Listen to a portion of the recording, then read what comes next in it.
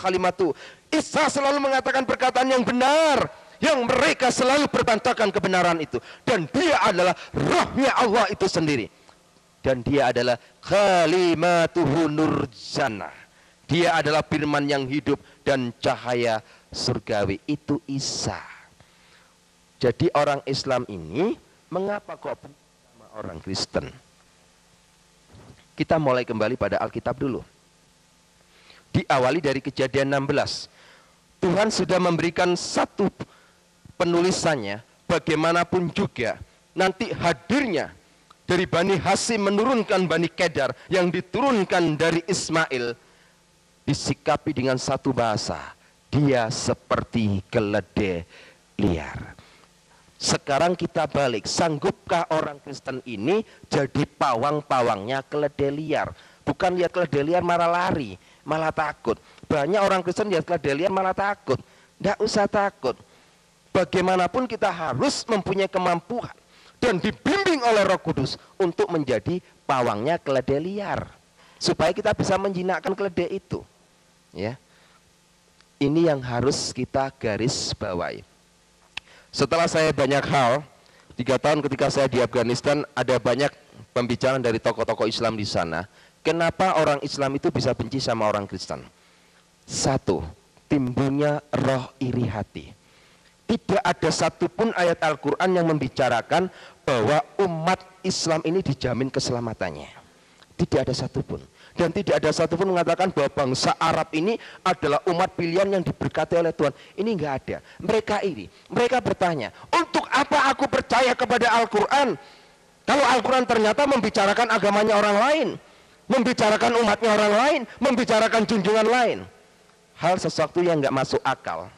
Muhammad ditulis di Al-Quran itu cuma 2%. Yesus ditulis di Al-Quran 75%. Sesuatu yang aneh. Harusnya itu Yesus ditulis 2%, Muhammad ditulis 75%. Ini keterbalikannya.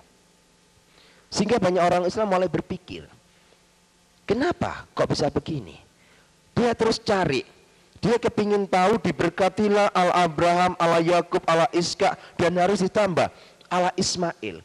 Al-Quran tidak pernah menemukan dan menulis satu ayat pun tentang diberkatilah ala Ismail. Selalu dikatakan diberkatilah ala Abraham, ala Iska, dan ala Yakub. Di manakah Ismail? Mereka protes. Mereka protes, kenapa Tuhan ini enggak adil? Sangat-sangat tidak adil. Di mana letak Ismail? Kalau kita mau kembalikan kepada Alkitab, Al-Quran ini merespon dengan kejujurannya. Kenapa? Karena Ismail menurut Alkitab memang tidak pernah ada berkat. Ya. Berkat yang dicurahkan Tuhan kepada Ismail dikarenakan satu hal, permintaan dari bapaknya. Kalau bapaknya tidak minta berkat kepada Tuhan untuk dicurahkan kepada Ismail, Tuhan nggak akan memberkati Ismail. Jadi Tuhan memberkati, menganugerahkan kepada Ismail karena permohonan Ibrahim. Sehingga Al-Quran tidak pernah, mereka mulai bingung. Kenapa? Dari kecemburuan inilah akhirnya mereka membuat satu hal yang sangat paten. Al-Quran tidak boleh dibahasakan. Al-Quran harus dibahasakan sesuai dengan bahasa aslinya. Apa yang terjadi di Indonesia? Terjadilah sebuah tatanan bahasa Iqra, tata cara membaca Al-Quran. Baca tok itu sudah ibadah. Baca tok itu sudah dapat pahala. Di akhir zaman, wong Kristen melok-melokan Iqra. Alkitab cuma dipocotok, ora dilakoni. Kalau menurut orang Islam baca Al-Quran ini dapat pahala dan ibadah. Menurut keyakinan orang membaca Alkitab ini bukan ibadah, ini bukanlah pahala. Sebab apa? Moco gak dilakoni ya percuma. Ya, banyak kan salah tafsir jemaat kepada pendeta. Pagi kita baca satu pasal. Ya sudah dibaca satu pasal, mari ditutup sudah selesai. Enggak ubahnya kan seperti mereka Iqra. Dan ketika sumur yang ada di sana itu disebut sumur alif lam mim.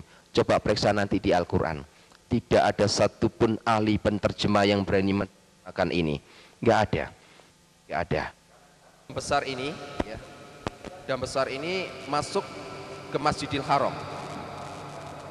ya, masuk ke Masjidil Haram untuk tempatnya ambil air wudhu. Ya. Iya, saya teruskan. Dan air sumur yang masuk ke Masjidil Haram itu tempat untuk orang-orang air wudhu. Ya, itu di pagar betis. Jadi sumur itu tidak boleh dilihat oleh satupun juga. Jadi orang-orang yang berangkat naik haji itu hanya lihat dari luar pagar betis.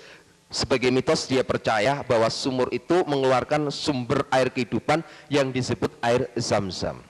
Yang boleh masuk ke sumur itu melihat, yang boleh masuk di dalamnya Ka'bah itu hanya ada dua turunan, habaib dengan syekh.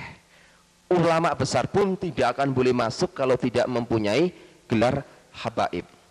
Ya, habaib ini merupakan silsilah turunan. Ya, orang yang disebut habaib itu bukan sekedar orang Arab bisa disebut habaib, tidak semua orang Arab bisa disebut habaib. Jadi habaib ini memang ada silsilah. Orang kalau berani memberikan nama habaib berarti orang itu pasti mempunyai